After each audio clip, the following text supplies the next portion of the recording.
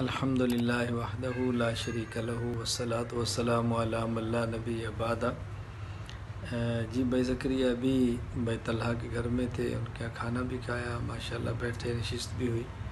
انہوں نے تذکرہ کیا کہ آپ کی 20 نومبر کو شادی ہے، نکاح ہے، اللہ تعالیٰ برکت عطا فرمائے، اللہ تعالیٰ نکاح مسنون کو نکاح مبارک بنا دے، اور نکاح پر اللہ تعالیٰ نے جو دنیا آخرت کے فوائد رکھے ہیں اللہ تعالیٰ وہ سارے عطا فرما دے۔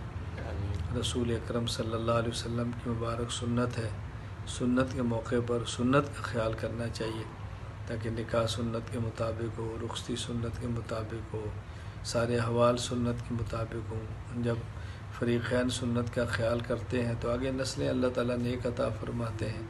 اللہ تعالیٰ آپ کو، اہل خانہ کو، سب کو خوشیاں عطا فرمائے۔ اللہ تعالیٰ آپ کو والدین کی آنکھوں کی ٹھنڈک بنائے۔ اللہ ہم سب کو پوری زندگی سنت کے مطابق گزارنے کی توفیق عطا فرمائے۔ السلام علیکم ورحمۃ اللہ وبرکاتہ۔